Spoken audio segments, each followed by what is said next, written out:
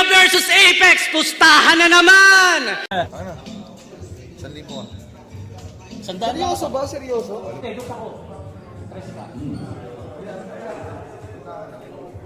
Sunugan ng pera hanggang sa yung bulsa walang laman. Yung ganyang galawan puro lang katangahan dahil sugal sa labanan ang ugat ng dayaan. Kanino ka nakapusta, pre? Pre, kanino ka nakapusta? Goryo? Talo ka, pre, talo ka. Bigaya na! Si Enigma, paano nyo naloko? Yung flip top, ginawa nyong monopolyo. Yung liga, naging negosyo. Napupolitika, nabibili yung boto, yung may-ari, yung financer, yung mga judges, magkakasosyo. Kanino ka ngayon, pre? M-side. Magkano yan? Ako, M-side ako pero wala akong gusto dito. Labas ako dyan. Gusto ko na, Dul. M-side yung Kanino ka? Kanino ka? bangka Ayaw. Sama ko sa bahay. Oo. M-side yung bangka eh. M-side ako. 3GS daw ang judges eh. Putang ina, bias tayo niyan. Oo, 3GS mo boto ko. Flip top, kayo na rin gumagawa ng sarili nyong lapida. Totoo naman yung mga banat ni Akata. Masakit lang yung pagkakasabi niya. Nagpapakaastig pag-iisip 3GS drip, mga formang baduy ang postura. 3GS daw ang judges eh. Mga buraot, sagig, panay, pagpapasagib, mga produkto ni Enigma. Tangina, huwag niyo ko sisihin yung 3GS. Bakit mo kantangan na yung liga? Tangina, wala namang conspiracy sa likod ng battle rap at fuck you pa rin sa ayaw maniwala. 3GS daw ang judges eh. Okay, so I think I know what happened. I think this song confirms kung ano yung nangyari between dun sa pagka-ban ni Apex ka sa liga ni Enigma. Okay, si Enigma kasi talaga yung may final say sa lahat ng tatapak sa stage niya. Okay, so kung napanood niyo yung intro nitong ating video, that is the context of what happened. Okay, chinapsuy ko na para madali niyong ma-digest. Now, this is the song of Apex called Tuldok. Napaka-nostalgic nito.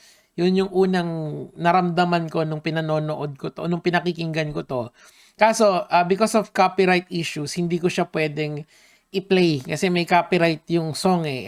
May copyright claim. So, ang gagawin lang natin, babasahin natin yung important part to get the full context of what happened between Apex and Enigma with all the hints na nangyayari. Kasi hindi ka pa kasi nagsasalita si Enigma, okay? So, this is from 2 minutes and 40 seconds of a 6-minute video, okay? So, pakinggan natin. Ay, sorry, basahin pala natin. Okay, so yung unang part kasi nito, kinukwento ni Apex yung kanyang journey sa flip top and battle rap in general. Tapos pagdating sa bandang 2 minutes and 30 seconds, kukwento niya yung sa laban nila ni Sinyo. Ito, basahin natin. Di na ata, okay? Fast forward 2022. Okay, tuloy lang natin to Sensya na kayo. Laban ko kay Sinyo. Ready execute. Sobrang lugar, sobrang grimy. Pwede MV shoot. Ito, binuhos ko lahat. Walang natira. Miski na residue. Kasi kung napanood niyan, talagang sobrang sobrang G na G siya dyan. Talagang may pinapatunayan talaga si A to the Z dyan. And kasi si Sinyo kasi meron siyang kahon na style. Kumbaga comedy siya. Tapos of course he's a pretty good rapper, pero si Apex kasi yung style niya sobrang bukod sa siya, mas malapit siya, para siyang upgraded version ni Looney at saka parang ganoon yung style niya di ba, yung magaling siya sa multis, tapos of course magaling yung delivery niya, talagang one of the best, okay. Pero para sa akin kung meron akong best rapper, battle rapper, si Six Threat para sa akin. Okay. Binuhos ko lahat, walang natira, miski residue. Tuloy natin. Okay. Dahil sa pustahan, yung karir ang tinaya ko. Okay. ayoko lang yung sining natin parang ginagago. Tuloy lang natin. Galit yung ibang tao pero may resibo, meron video. So kung napanood yung intro nito, that was the resibo he is talking about. Meron talaga daw nagpupustahan sa flip top. And ang problema, si Akata during that time, ine-expose niya na yon. Di ba, sinasabi niya na yung 3GS daw, niluluto daw yung laban, pero dinideny naman yata yan ni Enigma, low-key, or sinasabi niya na conspiracy lang yon. Di ba, yung paki dun sa mga nagsasabi niyan. Pwede kasing nangyayari, hindi talaga alam ni Enigma yung nangyayari behind the scenes. Pwedeng nangyayari is that yung mga taong nagpupustahan, wala siyang kinalaman doon. Kasi ang ginagawa niya lang is nagse-set up siya ng battle rap at kumukuha siya ng random judges na nandun sa paligid. Kasi nga, yung mga judges kasi na nandun are subject matter experts of battle rap. So, kahit sino pwedeng mag-judge doon, okay? Randomness, equates to fairness, pero sinasabi ni Apex at saka ni Akata, nag-a-agree sila dun sa point na yon na babalahura yung battle rap because of these some people na linuluto yung laban. Puro 3GS yung nananalo. So noteworthy yung pinakita ko sa inyong video with Akata. Ang kalaban niya doon, si Poison 30, na member din ng 3GS. And guess who kung sino yung nanalo? Panoorin niyo na lang para naman maganda yung research nyo. Hindi lang ako yung daldal ng daldal dito. Ayan. Pero may resibo, merong video. Okay, garapalan, hindi na tinatago. Well, correct yun, di ba? Yari ka pati yung presidente binangga mo. Kasi nga, pustahan na naman, di ba gumanon siya. Tapos nagsalita na rin dito si Boss Toyo. Mamaya i-cover natin yung or a separate video siguro. Pero noteworthy lang na may kapustahan din si Boss Toyo dito. Doon sa yung Sinyo versus Apex, tumaya siya kay Sinyo tapos natalo siya. Sabi daw 1 million pero we don't know the veracity of that. Again, ang pinopoint ko lang dito, ang sabi kasi ni Boss Toyo doon, between persons lang yun and labas si Enigma doon. Pwede kasing yun talaga eh. Parang ganito, kunyari nagpustahan tayo sa NBA. Ako, Golden State Warriors ako, ikaw, Lakers ka kunyari or Cleveland. Okay, so, walang kinalaman sila yung si Adam, sino ba yung commissioner ngayon? Si Adam Silver doon. Pwede ganun yung context doon eh. Okay, tuloy natin. Okay, alam kong pwedeng kahinatnan ng ginawa ko, buti kahit papaano merong pinagbago. At di totoo, matagal ko na yung pinlano. Kung meron kang problema, dapat kinausap mo ko. So, kinukwento niya rito yung tinry niya kasing ayusin to eh. Now, there are some reports na umattend daw siya ng anniversary ng Flip Top. Okay, mini-message niya si Enigma, ayaw sumagot ni Enigma. So, ang ginawa niya, pumunta siya doon sa anniversary ng Flip Top kasi yearly nagkakaroon sila ng anniversary. Umattend siya, hindi, parang, ewan ko, tinaboy yata siya. Tapos si Kuya Kevs nagparinig sa kanya. So ito, galing to kay Icons Feed. Shoutout sa'yo bro. Long time no see. So, nag-post si Kuya Kevs sa kanyang Facebook. Sabi niyang ganon. Sige nga, invite mo sa birthday party mo yung taong may atraso sa'yo. Kasi nga, kung ilalagay natin yung context ng tuldok or yung naging rason kung bakit binan si Apex sa liga dahil nga naging vocal siya dun sa quote-unquote pustahan at dayaan at lutuan sa Flip Top. Kasi yun ang lumalabas eh. Kung paniniwala, kung sinabi niya na totoo yung sinabi ni Akata, well, ganun talaga, di ba? Ngayon, dahil, kasi dinideny ni Enigma eh. Again, pwede nga kasing between people lang yun na nandoon and wala talaga siyang kinalaman doon. Pero, as I've said, hindi na ako ang magde-decide niyan. I'm just here to give you all the information. Yung opinion ko might differ from you, pero again, you decide. Gamitin mo utak mo. So, ayan, sabi ni Apex dito, Kuya Kevs, wala akong problema sa'yo. Ilang beses na ako nag-reach out sa kanya, hindi na para i-post ko yung screenshot, pero nirirespeto ko yung nararamdaman mo. Salamat palagi. wag niyong iba si Kuya Kebs kahit gaano kalaki, ganon ang laki ng respeto sa kanya. Kanya-kanya tayong saloobin, hayaan niyo lang. Okay? Kaso hindi eh. Pag binasa mo yung post ni Kuya Kebs, ang dami na rin sinasabi ng mga tao. Okay, so medyo, well, ganun talaga. Ganun talaga ang buhay. Anyway, tuloy natin. Malapit na yung battle nung dagdag yun sa sulat ko. Ipaalam ko pa yung kay Enigma. Battle MC din siya, ulo pa ng liga. Okay, yung pagkatalo raw kay Goryo ay dinamdam. Di nakuha ang kampiyon at inasam. Okay, so ayan yung, kailan ba yan? Yung, nung isa buhay. Tang-inang pustahan yan dahil sa utang na loob hinayaan lang. Okay. Yung pusta 1 milyon, alam kong talo na ako. Dagdag mo pa yung gawain nung ayan. Tensyonado, pressure, halo-halo. Kaya sa entablado nagmumuka akong barumbado.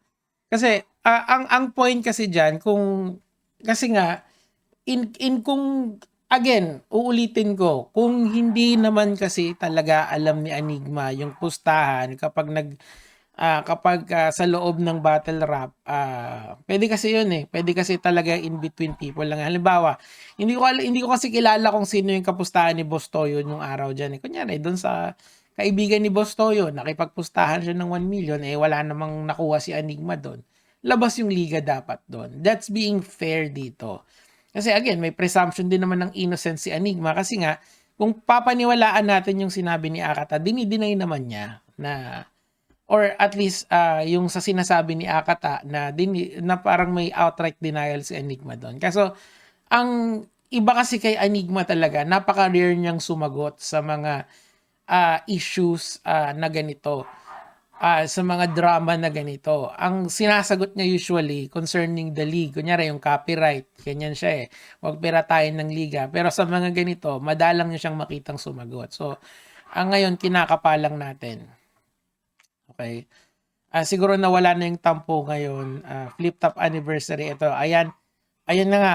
Ayun nagpunta para magpakumbaba at magsabi kung ako yung rason. Okay. Pero, walang driver si Luns kaya di nakasabay. Sumama ako kay Zaki. Sa Grab ay sumakay. Grabe, parang ang galing. Kahit hindi imbitado pumunta pa sa yun nga, yun yung sinabi ko sa inyo kanina. Para personal mag-sorry at makipagkamay. Bumili ng sariling alak at para di masabi ang kapal naman ng muka. Okay, andun din lahat, simpleng nangungutya. Paliwala yung gold label. Yun ang tinungga. Hinintay ko siya, baka lang matraffic. Pati si Luns wala pa. Okay. Ba naman, yan daw nagalit. Okay. At sabi sa akin, pinaalis ka ni Arik. Oh, ayun na nga. Ang sabi ko, ganon din na nakatagtanong. Sana lang hinarap ko. Gusto ko lang mga musta. So, siguro, Apex felt sorry for dun sa mga sinabi niya. Kasi eto kasi yung problema sa battle rap, ha. No, yung mga bagay kasi nasasabi dyan, sometimes it takes a life of its own. Halimbawa, yung Apex kliyente, yung kay, sino yun? Si Boss Lots, di ba? There are videos that Apex is denying na wala naman talagang Boss Lots, 'di ba? Or inimbento lang yun nila Fruz, 'di ba? Nung ano nila. Kaso may reputational damage kasi yung mga ganon. Okay, naaapektuhan yung reputation mo. And even if in the context of battle rap, yung ganitong mga accusations dun sa liga na may lutuan, people tend to believe it as true, real talk kasi. Kasi nga, napaka-sensationalize kasi. Especially when it's delivered in eloquently. Ganun talaga eh. I mean, ako, na-experience ko yan dito sa social media kasi magaling yung nag-deliver, magaling, napaka-convincing. Pero kung titignan mo yung facts of the case, baka hindi naman talaga totoo. Ganun din naman yung kay Enigma. Kaya I'm saying sa inyo, just keep an open mind dito. Unless, kaso may video kasi. Pero again, nakita naman natin sa video, hindi naman involved si Enigma dun sa video na napanood nating lahat. He was there, nag-judge, nagpe-preside doon sa battle rap and that's about it. 'Di ba? And kudos din sa kanya kasi nga, yung liga, buhay pa rin hanggang ngayon. Biggest battle league in the world at saka longest running. So that's something na magaling siyang magnegosyo doon sa magaling niyang napatakbo yung negosyo ng battle rap kasi end of the day etong mga ganitong liga, it is a business, okay? Kailangan mo ng business model, kailangan mong pag-aralan yung sustainability, and whatever he is doing it right. Paano ko nalaman yun? Kasi patay na yung PSP, di ba? I have to take my shots doon. Okay, tuloy natin. Okay, ang tagal. Basta matapos yung gabi ng maayos kami. Okay, so gusto makipag-reconcile ni Apex dyan. Kaso eto na yung ending, tangina. Ni tanga pala. Pero ang bati ni Kuya Dennis, ito yung kay Kuya Dennis talaga. Ba't ako na pumunta, X ka na nga. So ayun na nga, Diyos nga nagpapatawad. ATS ka pa. Tinanggap ko lahat ng masasakit. Siguro kasi siguro hindi pa nag-heal yung wounds dito. Kasi nga totoo lang, again, ito rin siguro dun sa mga kasali sa flip top and sa battle rap. Tandaan nyo na anything you say, papaniwalaan ng mga fans nyo. Or at least, yung sensationalism nung sasabihin nyo, always take that into consideration. Ang flip top kasi sobrang loose ng ng rules dyan in terms of what you say there. Pero tatandaan nyo, reputational harm is very real. Okay, example, naaalala nyo yung laban ni Sinyo versus Shei, di ba? Shoutouts dun sa mga naunang nakaisip nito. Anong nangyari doon? Yung nanay ni Ann gustong magkaso si Ann kay Shei. Bakit? Kasi hindi naman kasi kasali dapat si Ann Mateo doon sa pyesa ni Sinyo dapat. Kasi nga hindi naman siya involved sa battle rap. And even though public figure si Ann, meron pa rin siyang rights na yung kanyang reputation ay protektahan. So paano niya po protektahan yon? Pupunta siya sa korte. Kasi nga, yung pagbabattle rap, hindi naman yan lisensya para manira ka ng ibang tao labas doon sa kalaban mo. Kuha mo yung pagdamay ng nanay, yung pagdamay ng tatay, at yung pagdamay ng liga. Okay? Nico David, bakit ganyan ka magsalita? No. I am just telling you how it is in the real world. Kasi nga, ako, as a litigant of many cyber libel cases, yan yung naintindihan ko. Hindi porke may ginawa sa yung tao or nagba-battle rap ka or you're just saying you're expressing yourself is libre na yon, hindi yung lisensya. So ganun din yung nararamdaman malamang ni Enigma dito. Siguro in between them, alam nila yung totoong storya. Kaso hinighlight kasi ni Apex doon yung pagkakasabi ni Akata. Yung pag pinanood mo yung kay Akata, talaga binubrutal niya talaga si Enigma doon Yung kalalaban nila ni Poison 13, I've actually watched yung parts niya doon, and siguro magkaroon tayo ng separate doon. Pero I'm just saying sa inyo, it was really brutal versus kay Enigma. Hindi naman makaribat si Enigma doon And hindi rin naman siya nagsasalita sa social media kapag may mga ganitong issue. Minsan pinapalipas niya lang yan. Ang problema kasi pag pinalipas mo yung isang issue, people will have opinions doon, di ba? Unless of course very vocal ka na parang ako na sinasabi ko sa inyo, kung ito yung ginagawa ko para ayusin itong mga ganitong bagay.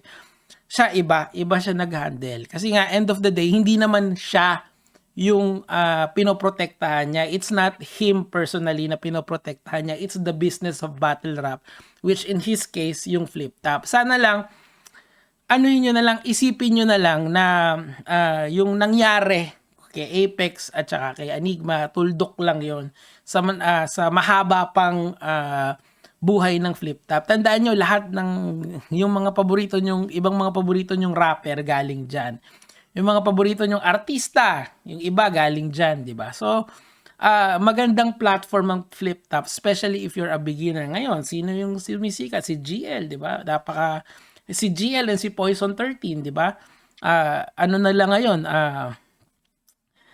season nila ngayon or sila yung meta ngayon, 'di ba? So I'm just saying sa inyo na pagbigyan nyo yung yung ganitong mga galawan, okay? So tuloy na natin na siguro patapos and I would not at least malinaw di na ako makakabalik ayon.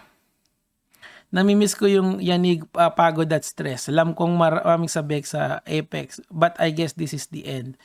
Di na kailangan i-call out sa big event kasi nga maraming humihiling sa old judge na Apex. Hiniling kasing pang bumana at hindi bitin. Kaso nag-ano siya umakyat siya sa kay doon sa PSP. Pag FT alam mong hindi titipirin, okay? Pag flip top, shout out sa mga bagong hindi pabulong. Okay. Dire-diretso lang okay, magningas gugo nauubos na yung magaling. Mali ako doon. Ang mga sa mga tagahanga na nanonood sa akin. Putek para palang ni-review ko na yung tuldok, na-realize ko. Hinugot nyo ako sa kumunoy na malalim, okay? Napaka-poetic, gusto ko bumuo sa akin. Sa buhay natin, kailangan ng sakripisyo. Upang makarating ang sarili sa paraiso, merong dahilan kung bakit natalisod. May plano ang Diyos kung bakit ka nandirito. Okay? Pasensya na kahit hilutin ko kapos. Ito na ang huling minuto ko tapos pasensya na kahit hilutin ko kapos. Tapos ito na yung huling minuto ko tapos. 'Di ba ganun dapat basahin 'yon? Hindi ko kasi matandaan kasi isang beses ko pa lang siya napakikinggan. Salamat Arik, buti mo na boss. Ito yung salamat flip top mo ultimo adios. That is so sad. What an ending. Sana they ended in good terms. Pero siguro sabi nga nila, time heals all wounds. And if I've learned something from the WWE sa wrestling na pinanonood ko, is that never say never. Okay? In time, sana magkaayos na yan. Pero siguro now is not the time. Kung si CM Punk nga it took him 10 years bago makabalik ng WWE pero nakabalik pa rin. Siguro si Apex, it will take that time. Pero for now, ituldok muna natin. I-close muna natin yung isang chapter ni Apex sa Battle Rap. And I hope this ends it. And sana lang din kung makikipagpustahan kayo doon sa kapwa nyo MC, wag nyo naman ng videohan, di ba? Kasi tama naman siya, may ebidensya naman talaga. And ang problema kasi niyan, merong ayun, narinig naman natin yung sa 3GS, di ba? And ang hirap kasi noon nung yung pinakita ko sa inyong video, 2022 pa yun, di ba? Anyway, I would always thank Flip Top for everything na fondest memory ko ng Flip Top no, nagtatrabaho ako sa isang company. Pag lunchtime namin, kukunin ko yung lunch ko, uupo ako dun sa PC kasi may mga PC doon na pwede kang mag-surf Tapos manonood ako ng battle rap. Yun yung ginagawa ko hanggang ng 1 oras. Tapos babalik ako sa trabaho, di ba? So, and of course, kapag aalis ako, ang gagawin ko, ida-download ko as MP3 yung Flip Top, i-convert ko, tapos ilalagay ko sa, may MP3 player ako nung araw Ganun nakaka-old school di ba? Tapos, pero hindi ko i-upload kasi nga wag kong piratahin, di ba? Anyway, maraming salamat po sa panonood. Sana nagustuhan nyo. Gege mga loads, tuldok na to.